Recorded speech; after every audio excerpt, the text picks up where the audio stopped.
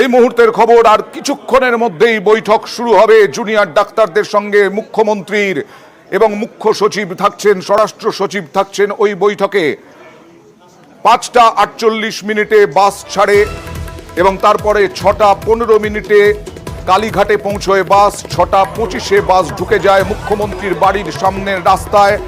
এখনো পর্যন্ত যা দেখছি আমরা এক্সক্লুসিভ ছবিতে, তাতে জুনিয়র ডাক্তারদের ঢোকানো হচ্ছে মুখ্যমন্ত্রীর যে মিটিং করবেন যেখানে সেখানে সেই ঘরে। কথা বলবো প্রতিনিধি আবিরের সঙ্গে। আবির, বৈঠক শুরু হলো? এবং কালীঘাটে মুখ্যমন্ত্রী মমতা বন্দ্যোপাধ্যায়ের বাড়ির যে পুরনো অফিস ঘর ছিল, যেটি এই মুহূর্তে অফিস, সেই অফিসের মধ্যেই বৈঠক হচ্ছে বলে জানতে পারা যাচ্ছে। তুমি জানো যে বৈঠকের ক্ষেত্রে, যে আলোচনার ক্ষেত্রে যে বলা হয়েছিল, যে আজকে সকালবেলা থেকে যে ইমেল চালাচালি হয়েছে সেখানে পরিষ্কার, এবং তৃতীয় যে শর্তের কথা, মিনিটসের বিষয় নিয়ে যা সিদ্ধান্ত হয়েছিল সেগুলোকে সামনে রেখেই আলোচনাটি হবে। এবং প্রশাসনিক স্তর থেকে পরিষ্কার করে দেওয়া হয়েছে এই বৈঠক বা আলোচনার ক্ষেত্রে খোলামনি আলোচনা করার কথা। এবং যেহেতু আজকে লাইভ স্ট্রিমিং বা এই ধরনের ভিডিও রেকর্ডিং এর কোনো বিষয়ের কথা উল্লেখ নেই, ফলে নতুন কোনো শর্ত আজকে বৈঠকের ক্ষেত্রে এখনো পর্যন্ত চাপিয়ে দেওয়া হয়নি। তবে যতক্ষণ না পর্যন্ত বৈঠক প্রশাসন এবং জুনিয়র ডাক্তার ফ্রন্ট উভয়ের তরফ থেকে ঘোষণা করা হচ্ছে যে একেবারে ফলপ্রসূ, এবং যে সিদ্ধান্তগুলো গৃহীত হওয়ার কথা মনে করা হচ্ছিল সেই সংক্রান্ত বিষয় গৃহীত হয়েছে, ততক্ষণ পর্যন্ত এই বিষয় নিয়ে নির্দিষ্ট করে কোনো কিছু বলার জায়গা তৈরি হয়নি। তবে এখনো পর্যন্ত যা খবর, সেটা বৈঠক যে হচ্ছে এবং সেই প্রশাসনিক আধিকারিকদের এই বৈঠকের ক্ষেত্রে তাদের যে বক্তব্য, এবং অবশ্যই জুনিয়র ডক্টর ফ্রন্টের তরফ থেকে যে আলোচনার কথা বলা হয়েছে সেই সমস্ত বিষয় নিয়ে আলোচনা হবে বলে। সবে শুরু হলো, আমি আসবো আবির তোমার কাছে আবার। সবে শুরু হলো বৈঠক, এখনো পর্যন্ত জানা যাচ্ছে আজকে বৈঠকে যাওয়ার আগে পর্যন্ত জুনিয়র ডাক্তারদের আন্দোলনের অন্যতম প্রধান দুই মুখ অনিকেত মাহাতো এবং কিঞ্জল নন্দ কি বললেন দেখুন। আমরা পরিষ্কারভাবে জানিয়েছি যে আমরা আলোচনাতে রাজি। আলোচনাতে আমাদের দিক থেকে দুজন মিনিট টেকার থাকবে। কার্য বিবরণী যা আলোচনা হবে সেই মিনিটস লিপিবদ্ধ হবে, এবং দুই পক্ষের তাদের দিক থেকেও যে মিনিটস থাকবে রাজ্য প্রশাসকের পক্ষ থেকে তারা সেটা নেবে। আমাদের দিক থেকে যেটা সেটা আমাদের কাছে থাকবে, এবং দুজন প্রফেশনাল স্টেনোগ্রাফার তার জন্য আমরা নিয়ে যাচ্ছি সাথে। তারা এটা লিপিবদ্ধ করবে। লিপিবদ্ধ করার পর সবটা পুরোটা দেখে নেওয়া হবে। দেখে দুই পক্ষের এই সিগনেচার তাতে থাকবে, সবার সিগনেচার তাতে থাকবে। এটাই আপাতত আমরা ঠিক করেছি। তাদের পক্ষ থেকে আমাদের দিক থেকে আমাদের মেল আমরা পাঠিয়ে দিয়েছি। আমরা ওখানে মূলত আমাদের যে 5 দফা দাবি সেইগুলো নিয়ে কথা বলবো। কোন রকম নেগোসিয়েশন বা কম্প্রোমাইজের জায়গায় আমরা থাকবো না।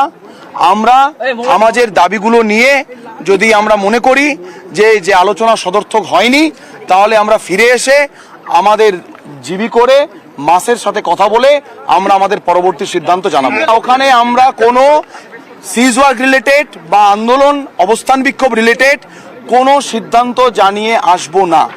অবস্থান রিলেটেড বা যে কর্মবিরতি রিলেটেড কোনো অবস্থান জানিয়ে আসবেন না তারা, এবং কোনো সমঝোতার রাস্তায় যাবেন না, এই বলে গেলেন বৈঠকে। কথা বলবো আরেক প্রতিনিধি সোমরাজের সঙ্গে। কিভাবে এই বৈঠক চলবে বলে মনে হচ্ছে এখনো পর্যন্ত?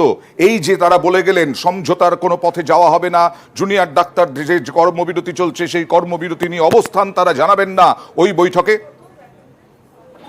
দেখো, মূলত আজকের বৈঠকে রাজ্য সরকারের তরফে বেশ কিছু বিষয় জুনিয়র চিকিৎসকদের জানানো হবে, যার মধ্যে প্রথম হাসপাতালগুলির সুরক্ষা ব্যবস্থা নিয়ে রাজ্য সরকার এখনো পর্যন্ত কি করেছে, হাসপাতালগুলির পরিকাঠামোর মান উন্নয়নে রাজ্য সরকার কি করেছে, এবং তার সঙ্গে হাসপাতালগুলির সিকিউরিটি নিয়ে রাজ্য সরকার কি পরিকল্পনা করেছে, গোটা বিষয়টি সম্পর্কে জুনিয়র চিকিৎসকদের জানানো হবে। রাজ্যের মুখ্য সচিব মনোজ পাল তিনি গোটা বিষয়টি পরিসংখ্যান আকারে তুলে ধরবেন। মেডিকেল কলেজ ধরে রাজ্য সরকারের তরফে কতগুলি সিসিটিভি ইনস্টলেশন করা হচ্ছে, কতগুলি রেস্টরুম নতুন করে তৈরি করা হচ্ছে, কতগুলি আলো লাগানো হচ্ছে, বিস্তারিত তথ্য রাজ্যের মুখ্য সচিব তুলে ধরবেন মেডিকেল কলেজ ধরে। তার কারণ তুমি জানো যে জুনিয়র চিকিৎসকদের যে প্রতিনিধি দল, সেখানে বিভিন্ন মেডিকেল কলেজের প্রতিনিধি দল রয়েছেন। এবং তোমাকে এই মুহূর্তে যে জানিয়ে রাখি, যে তথ্য আমরা পাচ্ছি, 32 জন জুনিয়র চিকিৎসকের প্রতিনিধি দল তারা আজ এসছেন মুখ্যমন্ত্রী মমতা বন্দ্যোপাধ্যায়ের বাড়িতে। গত শনিবারও এই 32 জন চিকিৎসকের প্রতিনিধি দলই এসেছিলেন, এবং আজও 32 জন চিকিৎসকের প্রতিনিধি দল এসছেন, এবং তাদের সঙ্গে আরো 2 জন এসছেন যারা মূলত এই বৈঠকের মিনিট নথিবদ্ধ করবে। অর্থাৎ 34 জন দেওয়া হয়েছে। দেখো, যেটা এখনো পর্যন্ত জানা যাচ্ছে যে জুনিয়র চিকিৎসকদের সঙ্গে যারা ছিলেন তাদের সবাইকেই, অর্থাৎ যারা প্রতিনিধি দলে এসেছেন আচ্ছা। সবাইকে এখনো পর্যন্ত ঢুকতে দেওয়া হয়েছে। 32 জনের প্রতিনিধি দল জুনিয়র চিকিৎসকদের এসেছেন বলে আমরা সূত্র মারফত জানতে পারছি। তাদের সবাইকে ভেতরে ঢুকতে দেওয়া হয়েছে। ফলত রাজ্য সরকারের তরফে জুনিয়র চিকিৎসকদের শেষ যে দাবি ছিল, অর্থাৎ বৈঠকের মিনিট রেকর্ড করতে দেওয়া এবং সেই মিনিটের কপি শেয়ার করা এবং তাদের সঙ্গে দুজনের প্রতিনিধি ঢুকতে দেওয়া, যারা এই গোটা বৈঠকের কি আলোচনা হচ্ছে তা নথিবদ্ধ করবেন, সেটি রাজ্য সরকার মেনে নিয়েছিল। ফলত আজকের আলোচনায় হাসপাতালগুলির পরিকাঠামো, সুরক্ষা ব্যবস্থা, কিভাবে নিরাপত্তা ব্যবস্থাকে সাজানোর পরিকল্পনা করা হয়েছে, গোটা বিষয়টি তুলে ধরা হবে বলে আমরা সূত্র মারফত জানতে পারি। ওকে, আসবো, আপডেট নিয়ে আসবো। আপনাদের জানাই এই মুহূর্তে নিউজ 18 বাংলা যারা দেখছেন তাদের জন্য জানাই যে আজকে কি কি হলো, কটার সময় রাজ্য সরকার প্রথম চিঠি পাঠালো, মেল করলো, আলোচনা চেয়ে মেল নবান্নের, এরপরে আলোচনা চেয়ে 11:58 ঠিক 11:58 আলোচনা চেয়ে মেল, সন্ধে এর আগের দিন সেই বুধবারের ছবি দেখাচ্ছি, সন্ধ্যে 7:30 পর্যন্ত নবান্নে অপেক্ষায় ছিলেন মুখ্যমন্ত্রী। বুধবারের পর শনিবারেও অপেক্ষা করতে হয়েছিল মুখ্যমন্ত্রীকে, আবার জুনিয়র ডাক্তাররাও মুখ্যমন্ত্রীর জন্য অপেক্ষা করেছিলেন। বৃহস্পতিবার মুখ্যমন্ত্রীর উপস্থিতিতে বৈঠকের বার্তা 12ই সেপ্টেম্বর, এবং 12ই সেপ্টেম্বরও মেল করা হয়েছিল। নবান্নে যান জুনিয়র চিকিৎসকরা, কিন্তু সেখানে লাইভ স্ট্রিমিং করার দাবি সেটা ছিল, সেই অবস্থানেই অনড় ছিলেন এবং সেই শর্তেই বৈঠক হলো না। মুখ্যমন্ত্রী অপেক্ষা করলেন, ওদিকে বাইরে জুনিয়র ডাক্তাররাও অপেক্ষায় ছিলেন। দুপুরে অবস্থান মঞ্চে চলে গেলেন শনিবার বেলা একটায় চলে গেলেন। জুনিয়র চিকিৎসকদের দাবি নিয়ে আশ্বাস, 10 মিনিট বার্তা দিলেন এবং সেই দিনই আলোচনা চেয়ে বার্তা আন্দোলনকারীদের, এবং সেই দিনই মেল পাঠানো হলো কালীঘাটে মুখ্যমন্ত্রীর বাড়িতে বৈঠকের ডাক দিয়ে। আর শনিবারই ঘন্টার পর ঘন্টা বাড়ির দরজায় দাঁড়িয়েছিলেন মমতা বন্দ্যোপাধ্যায়, কিন্তু সেই লাইভ স্ট্রিমিংয়েই শর্তেই তারা জুনিয়র ডাক্তাররা একেবারে অনড় ছিলেন। শেষমেশ বৈঠক ভেস্তে যায়। আর আজকে দুপুরে ফের আলোচনার বার্তা রাজ্যের। আজকে 11:58 প্রথম মেল, তারপরে কালীঘাটে জুনিয়র চিকিৎসকদের বৈঠকের ডাক দেওয়া হয়, তারপরে তারা জিবি মিটিংয়ে বসেন জুনিয়র ডাক্তাররা। জিবি মিটিং দীর্ঘক্ষণ ধরে জিবি মিটিং হওয়ার পরে তারা যেতে রাজি হন, এবং তারা এই মুহূর্তে প্রায় 5 থেকে 7 মিনিট হলো বৈঠক শুরু হয়েছে, বৈঠক চলছে। কথা বলবো প্রতিনিধি ইরনের সঙ্গে। ইরন, কিছুক্ষণ আগে সোমরাজ বলছিলেন যে বিভিন্ন হাসপাতালের পরিকাঠামো কি করা হচ্ছে রাজ্যের তরফে, এই সব নিয়ে আলোচনা হবে, কিন্তু 5 দফা দাবি, এই 5 দফা দাবিতেই তো তারা মিটিং করতে গেছেন। এই 5 দফা দাবি নিয়ে কি হতে পারে বৈঠকে? দেখো, ডাক্তারদের জুনিয়র ডাক্তার ফ্রন্টের সূত্রে খবর, তারা কিন্তু এই আজকে বৈঠকে যোগ দিয়েছেন এবং তারা মূলত তাদের যে 5 দফা দাবি, যার মধ্যে সিপিকে সরানো থেকে শুরু করে স্বাস্থ্য অধিকর্তাদের সরানো, এই প্রসঙ্গগুলো তারা তুলবেন, এরকমটাই কিন্তু ডাক্তারদের জিবি মিটিং সূত্রে খবর। কারণ তারপরেই তারা সিদ্ধান্ত নিয়েছেন যে তারা গিয়ে মুখ্যমন্ত্রীর সামনে তারা যে তৃতীয় শর্ত মেনে বৈঠকে যাচ্ছেন, যেখানে যাই আলোচনা হবে দুপক্ষের একটা মিনিটস লেখা হবে এবং তারপরে সেটা স্বাক্ষর হবে।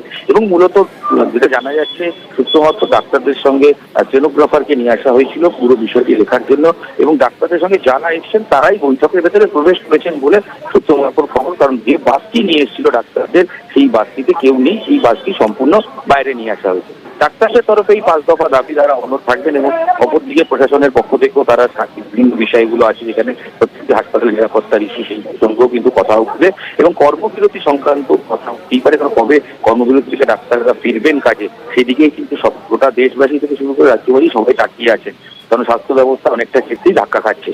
সেই জায়গা থেকে দাঁড়িয়ে চিকিৎসকদের সঙ্গে জুনিয়র ডাক্তারদের এই 32 জন প্রতিনিধি দল যারা এসেছেন, তাদের সঙ্গে প্রশাসনের বৈঠকের পর কি সারাংশ উঠে আসে, তারপরে তারা কি বলবেন সেদিকে তাকিয়ে থাকা। যদিও স্বাস্থ্য ভবন থেকে যখন ডাক্তাররা বেরোন, তারা কিন্তু জানিয়ে এসছেন যে তারা এই বৈঠকের শেষে এখানে নয়, তারা গিয়ে আবার জিবি বৈঠক করবেন, তারা ফিরে গিয়ে, এবং সেখানে গিয়ে তারা কিন্তু তাদের অবস্থান স্পষ্ট করবেন। তো সেক্ষেত্রে 6:25 নাগাদ মুখ্যমন্ত্রী বাসভবনে তারা প্রবেশ করেছেন। 5:58 তারা স্বাস্থ্য ভবন থেকে, 5:48 স্বাস্থ্য ভবন থেকে বেরিয়েছিলেন। 27 মিনিট সময় সময় লেগেছে কালীঘাটে আসতে।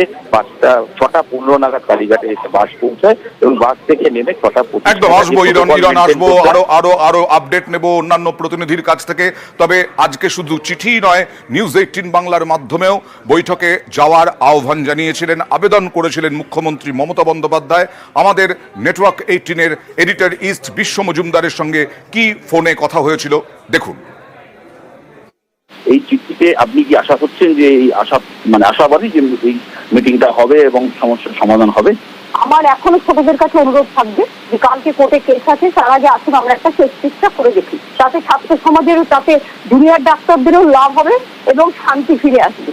এবং যারা চায় না এটা সলভ হোক, আমি তাদের কাছে অনুরোধ করব, মানুষের কথা ভেবে, একদিকে বন্যা পরিস্থিতি, অন্যদিকে মানুষ চিকিৎসা পাচ্ছে না, আসুন আমরা সবাই মিলে সমস্যাটা সমাধান করি।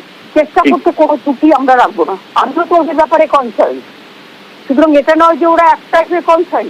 আমরা চাই তিলোত্তমার বিচারও হোক এবং সাথে সাথে ডাক্তাররাও তাদের সুস্থ স্বাভাবিক পরিবেশে কাজে ফিরুক। সুতরাং তাদের কথা শোনার জন্য আমি তৈরি আছি, আমরা তাদের বিপদে যে কোনো রকম সাহায্য করতে প্রস্তুত।